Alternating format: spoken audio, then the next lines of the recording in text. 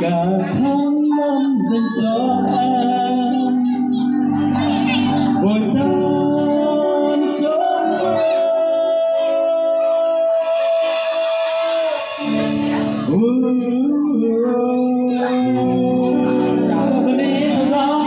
chào lúc mùa vàng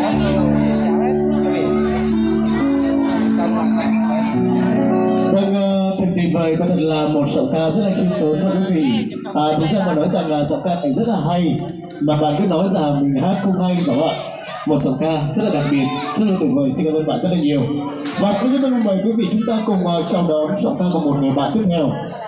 Kính mời tiếng hát của siêu pop lên sân khấu với một ca khúc Nhớ Em.